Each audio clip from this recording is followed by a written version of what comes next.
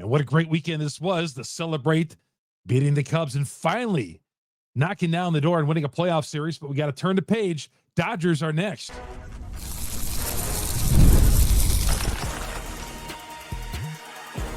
You are Locked On Brewers, your daily Milwaukee Brewers podcast. Part of the Locked On Podcast Network, your team every day. Hi, everybody. Good to have you along. Chuck Freimund here, longtime sportscaster here in the state of Wisconsin, proud host of Locked On Brewers, part of the Locked On Podcast Network. We are your team every day. Did you know that ever since I've been doing Locked On Brewers, the Brewers have never not been NL Central Division champs? And finally, though, doing this podcast in the last 3 years, finally a playoff series victory. Man, it was so cool. We're going to recap the weekend coming up here in a little bit. Preview this Dodgers series. Yeah, here we go again with the Dodgers. But 2018 has nothing to do with 2025. And the pitching usage, the Brewers bullpenning their way. Looks like they're going with only 3 legitimate starters. We'll talk about that and that impact coming up. The show is brought to you in part by the great folks over at FanDuel, #1 sports book in America. Live betting, you got to check it out. And also check out the great deals on FanDuel right now. New customers, you bet $5 and your bet wins, you'll get $300 in bonus bets using across the app. Download the Gametime app today. I don't know about you, but I was not ready for the season to come to an end on Saturday night. And leaving Wrigley Field on Thursday night and driving home and got back to Milwaukee at about 4 a.m. after doing all the work there.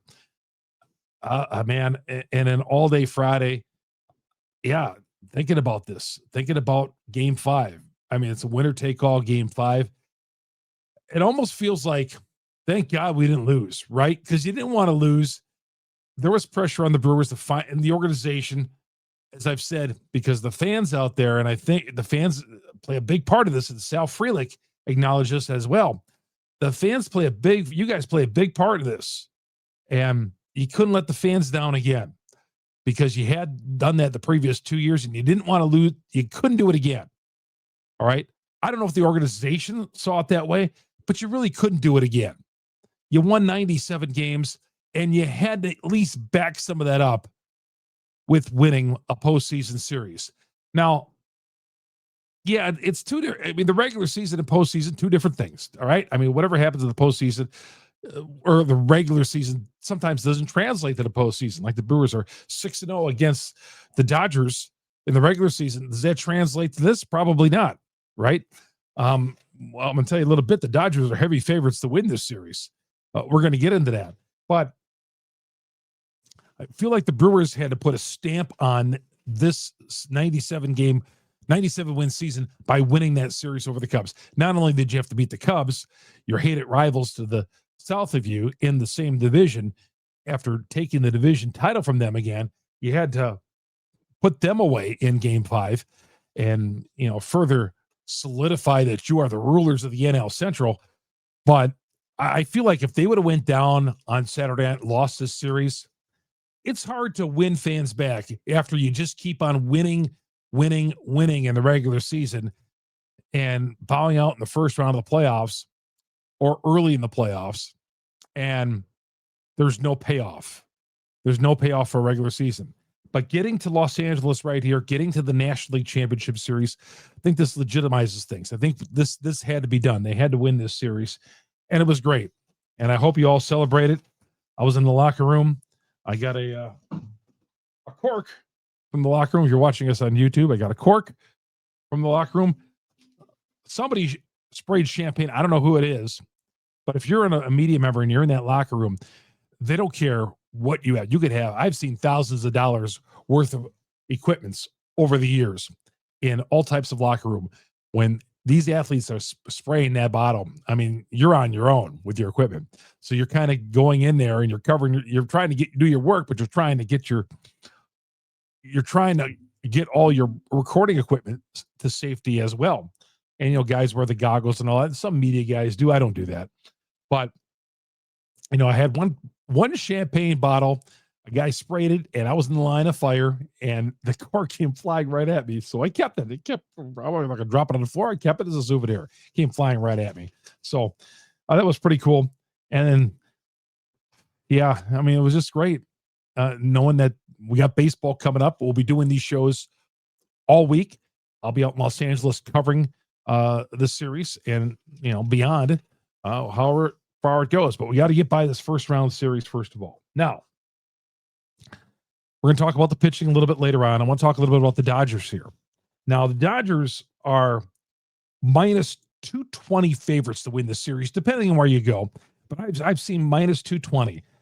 That's a pretty good favorite to win a NLCS, despite the Brewers going 6-0 against them.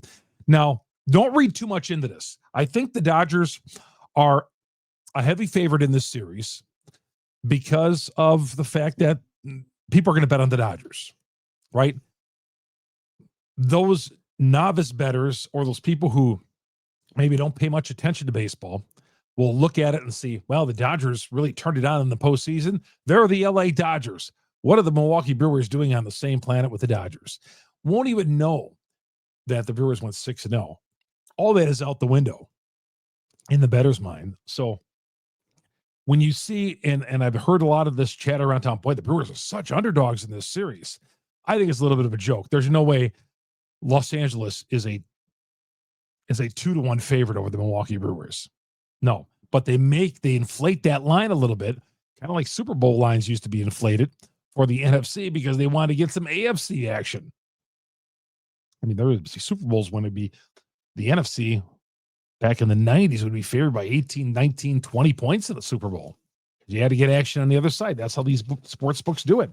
So the Dodgers, I think everybody's going to go on the Dodgers here. So the books look at it and say, let's inflate this price. But don't say, well, this is going to, I don't look at this. I mean, sure, it's going to be an upset in some people's minds, but the Brewers aren't intimidated by the Dodgers whatsoever. I mean, I don't look at the Dodgers and say, oh my gosh, the Dodgers, Ohtani, oh, Freddie Freeman, oh, these guys, they have all the bookie bets. No, there's a reason why the Brewers had a better record than the Dodgers. And they did go 6-0 against them during the regular season. I take that into account. I do feel the Brewers are a better team. And I know some of you guys might laugh at that. And the people who are in Dodgers Nation, you might laugh at that. And I don't really care what you guys think. I felt the Dodgers walked through most of the season anyway. I saw your team this season. Man, they were pathetic. I saw them late this season. Their bullpen was awful. Yeah, the Suzuki is just been amazing right now coming out of the bullpen. He's kind of a godsend for you guys. But the rest of those guys, the Dodgers spent money on. They stink. All right. The Suzuki, yeah, that guy was great. But the rest of those guys, terrible. Absolutely terrible. Yeah, I saw late in the year the Dodgers cough up leads against Arizona and all that. I've watched a lot of baseball other than the Brewers. And I saw them this year against the Pirates. They had no interest. I think it might have been a September series against the Pirates. Had no interest in playing in that series. And sometimes they just look so completely disinterested. And I know now it's the postseason. And I heard all this. Well, the Dodgers, they did this during the regular season because, well, they know they could just flip on the switch in the postseason. And you know what? They have looked good in the postseason. They took the series from the Phillies rather handily. And then Cincinnati, they swept that mini 2-game series in the wild card round. I mean, the Dodgers probably have enough talent that they should have got by. They should have been a top 2 seed. But because they were so bad during the regular season, and you look at some of the months, they were terrible. Look at some of their games they played; they were awful. And I know the Dodgers are playing well right now, and that's what it counts. But and even game 1 with Blake Snell on the hill, and we don't know who Milwaukee's pitching. The Brewers know, but they're not telling us right now. The Dodgers are 160. The Dodgers are a 165 favorite in your house. Wow, that's pretty odd. Pretty odd. That's such disrespect to the Brewers. Again, they feel like nobody's going to win. No, the Brewers aren't going to win any games in this series. I feel they're going to be underdogs in every game. Even I think on Tuesday on Tuesday when Peralta pitches, all this rhetoric, the Dodgers are built for October. I don't care. Shohei, he was terrible in that series against the Phillies. Let me see. I wrote the numbers down here. Shohei was 1 for 18 with 9 strikeouts. And I know he had 55 home runs during the regular season. And that guy can go off at any bit. And he's the most dangerous threat in baseball. I understand that. I was trying to explain it to my kid today, my 14-year-old, how the Brewers would never get a Shohei Ohtani on this team unless he was at the end of his career, 45 years old, looking for a 1-year deal. That's the only way the Brewers would ever get a guy like that. Otherwise, I said the Brewers in baseball, the way the insulting pay scale is in baseball, and there's no salary cap, the Brewers would never be able to afford any of these guys. So, yeah, and I look at their high payroll, but that means nothing to me. And that means nothing to these players like Terang and Frelick, Yelich, none of these guys. Doesn't mean anything to these guys. It's all about going out there and playing hard and playing smart and playing good baseball. And at times, the Dodgers look lazy. And at times, yeah, even in the postseason here, they fell asleep at times. And I don't mean to come on here and degrade the Dodgers. I mean, they still got to the postseason. But I'm not certainly in awe of the Dodgers, and neither should you guys.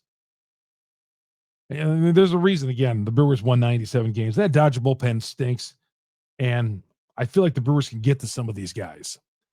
Blake Snell's going to go in game 1. He's a tough left-hander. Yamamoto in game 2. It's funny that they're not starting Shohei. Now, Shohei, I feel, is their best pitcher. He's the guy that fears me. I fear on the hill. But if this series goes 7, he's probably only going to make one start. I mean, he's going to start game 3. Are they going to go Glass now in game 3? Are they going to go with Shohei in game 3? I don't know. I kind of look at it that Shohei might only make one start against the Brewers in this series, which is good. I don't understand it. I don't know if it's Dave Roberts, and he has said that it had nothing to do with Shohei's struggles at the plate with the Phillies, but I just thought that was odd. I thought he possibly would start game 2. There's been times when Shohei's been on the hill, and he's been absolutely dealing on the hill, and they take him out after like 5 or 6 innings of pitching no-hit baseball. That's happened a couple of times this year. But, Dave Roberts, you do you. You do what you have to do with this team. I know all year long, I heard in the summertime, I heard the complaints about him, and I heard him crying, oh, we got to turn this around. We got to turn this around. We got to play better than this. Well, he finally did. Late in the year. Very late in the year and into the postseason. But if the Brewers can get to that bullpen and play Brewers baseball and frustrate them. How about this? The Brewers hit 3 home runs on Saturday night. Not bad for a team that doesn't win with the home run ball. Brewers can win in a lot of different ways, I feel. And I feel like this series with the Dodgers, I feel like Milwaukee is going to win it. And I'm not saying this being a homer. I honestly think the Brewers are the better team. I will take the Brewers bullpen. There's certainly some of these guys position-wise, position by position, I'll take Milwaukee players. Sure, you're going to give the edge to Shohei, all right? At shortstop, Betts, even though Betts had a terrible regular season by his standards. The Dodgers spent a lot of money for him, and he had a terrible regular season. Heated up toward the end and is having a nice postseason. Okay? Pages in center field is pretty good. I mean, he's real good. 27 home runs, his second year in the league. Freimund. Freddie's having a tough postseason. And, of course, you remember what he did against the Yankees last year when he hit that home run off the grand slam off of Cortez. But he's batting .217 in the postseason. He's batting .217 in the postseason. What else here with I feel like the managerial edge, I feel like the Brewers have the better manager, Pat Murphy, over Dave Roberts. Yeah. Can you say that about a guy who's won a World Series with Dave Roberts? Odd, but still, I like the managerial edge here. I like the Brewers at a number of different positions. I like them at the catcher spot over Will Smith, who's coming off a hand injury. Okay. Yeah, I'll give Freddie Freeman his due at first base, but I'll take Terang at second. Okay. Over at third base, well, Muncie's pretty good. Okay. But I like Sal Frelick in right field, the edge there.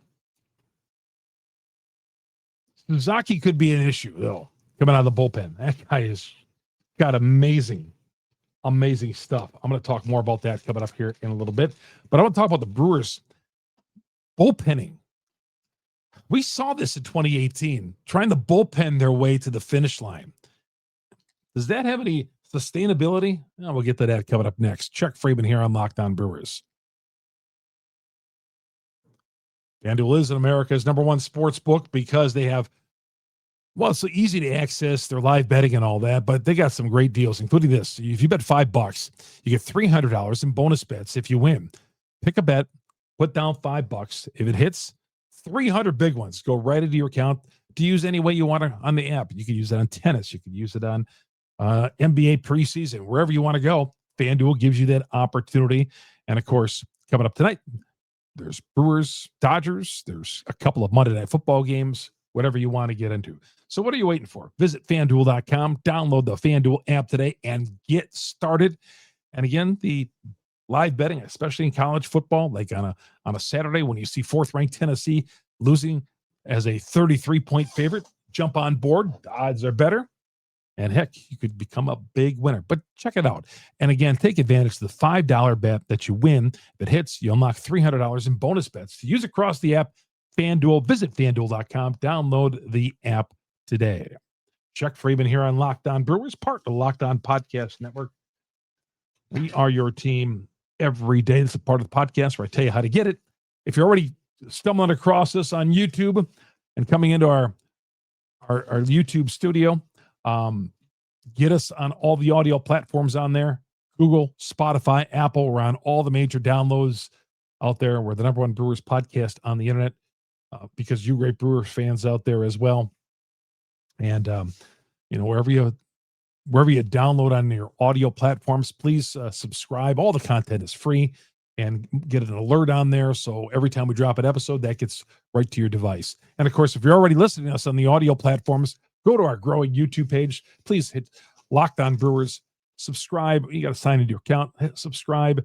You're going to get my post-game shorts after the game. I do a little 60-second wrap-up after the game from the field or from the stadium itself or wherever I am.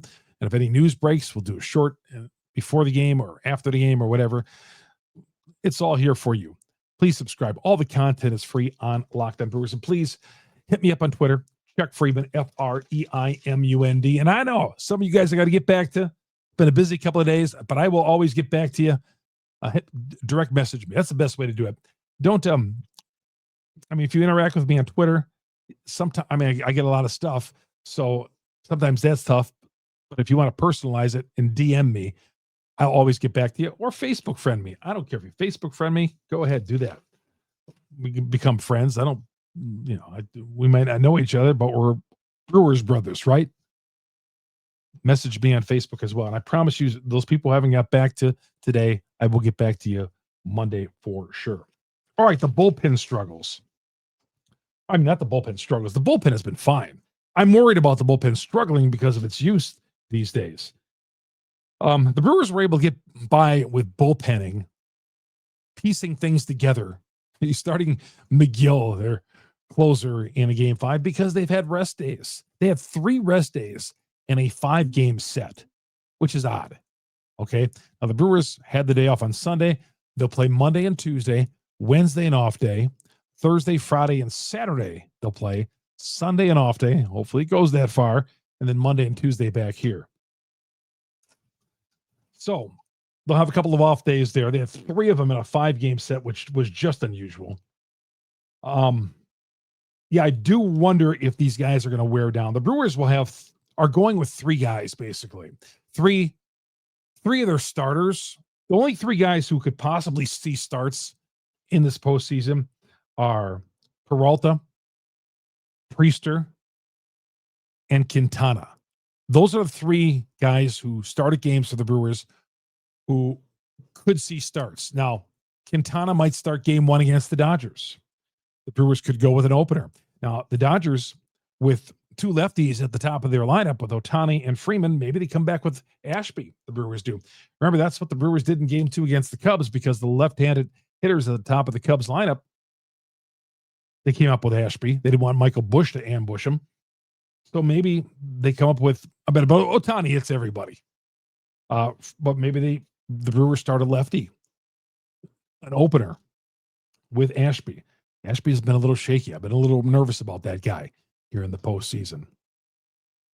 But the guys, the legit starters, the guys who have been starting games all year, Quintana, Priester, and Peralta. I feel like those are the only three guys you'll really see starting in games. Now, Priester, yeah, it still lingers in my mind. That game 3 hiccup, even though he pitched so great during the regular season, man, he felt it a little bit in game 3. But hey, as Murphy said to Priester as he took the ball from him in that first inning in game 3, we're going to need you, big guy. And yeah, they're going to need Priester. I thought maybe they might throw Priester in the other night. They didn't do it. Game 5, they didn't do it. Or even Peralta, I thought they'd throw in there.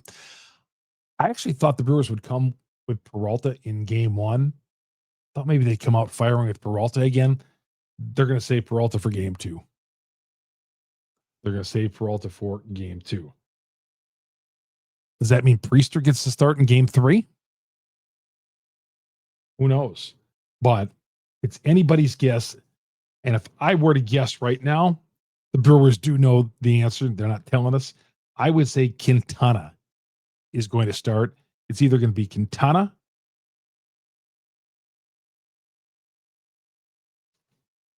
or it's going to be, I think it's going to be Quintana. I think they'll go with him. I think Jose is the guy. I mean, he hasn't pitched, though, in the postseason.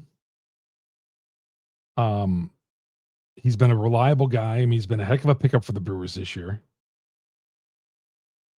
I'm just trying to see if there's any update now.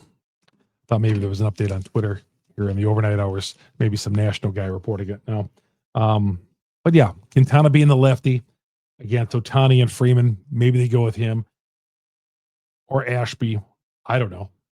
Maybe they go Ashby, then Quintana, or Quintana, then Ashby. I don't know. It's just odd that we got to piece together. I mean, the Dodgers have starting pitching the guys who they're going to go with. Here, I feel like it's 2018. We get to the postseason, and we're just, oh my God. And I know part of that is Woodruff being hurt, but we're trying to figure all this out. And if one of these guys has a bad start, that throws the whole operation off, right? If the Brewers are one of these starters like Priester struggles like he does in game 3, then it's bullpen. And then you're really tiring out your bullpen. So that's my worry. And my worry about using so many guys is that when you have to use like 6 guys in a game, all it takes is one guy not to be able to do his job or have an off day. One guy to have a bad outing, and that could blow it for the whole operation. See, at least when you have your starter with Peralta, you hope he goes 6 innings like he did in game 1. Or Priester. Or maybe Quintana, right? But when you're bullpen your way to the game, man, you're hoping each and every one of those guys contributes. I was so encouraged by Miz's performance in the postseason. And I think we'll see him. And I told you this before game 5. I thought Miz was going to play a big part in it, and he did. I think Miz and Patrick will play huge parts out of the bullpen. Patrick was great on Saturday, and I think he'll play a huge part in this as well. We'll see how the Brewers piece it together. I don't like going that route, but that's the way they're going to go. All right, we'll tell you about some of the games coming up here with the Brewers game times. I want to tell you a little bit about this guy who's coming out of the bullpen for the Dodgers these days. We didn't see him when the Brewers played those 6 games against the Dodgers. This Suzaki is just amazing. I mean, I saw where Bob Nightingale compared him to Mariano Rivera. I don't know if that's too much at this point, but we'll get to that coming up next year on Locked On Brewers. Monarch Money, man. Most people cannot name all their financial accounts or even what they're worth, whether it's 401ks, properties, investments. If you don't have that full picture on the top of your mind, well, we all have busy lives. That's where Monarch Money comes in. It's an all-in-one personal finance tool, brings your entire financial life together in one clean, easy-to-use interface on your laptop or your phone. But all your investments, it can tell you where you're spending your money, where your paycheck is going to. Link all your accounts and minutes, see clear data right in front of you. So don't let this financial opportunity slip through the cracks. Use the promo code LOCKEDONMLB. Go to your browser, type in monarchmoney.com. Use the promo code LOCKEDONMLB, and you're going to get half off your first year. 50% off your first year at monarchmoney.com. Use that promo code LOCKEDONMLB, and you will be on your way with Monarch Money. Keep track of your investments, your spending, and a whole lot more with Monarch Money. Good to have you along. Thanks for making us your first listen to every day here on Locked On Brewers, part of Locked On Podcast Network. We are your team every day. Yeah, this is Suzuki, who pitches for the Dodgers. Been thrown out of the pen. He started the season, 23 years old, and he had a little shoulder impingement during the season. Spent 4.5 months rehabbing that all.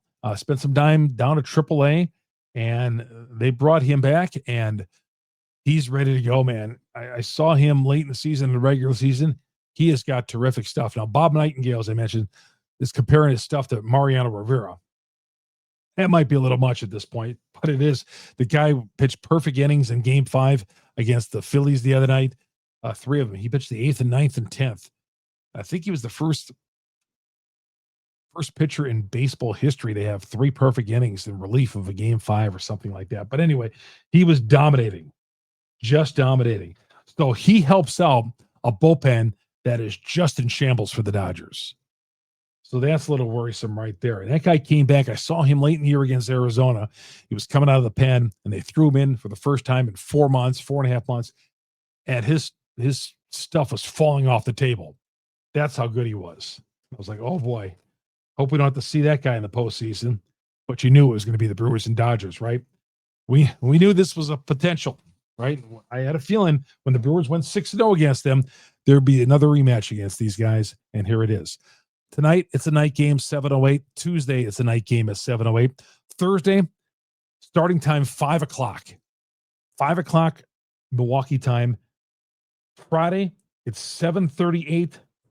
Saturday, it's 7:08. So, those 3 games in Los Angeles, Thursday at 5 o'clock, Friday at 7:35 or 7:38, Saturday at 7:08. And let's get through the first 5 games first, right? This cork here, I want to see more corks in the Brewers clubhouse. That celebration they had on Saturday night, well-deserved, well-earned for a team that fought its way. Once again, these guys are fighters. Again, don't look at that betting line that the Dodgers are favored. Don't buy into it, man. The Brewers are nobody. To quote Mike McCarthy, when the Packers made their run in 2010, the Packers were nobody's underdog, and the Brewers are nobody's underdog. I said this all along. They don't have to take a back seat to anybody. Backs, including the highly vaulted LA Dodgers. Looking forward to this.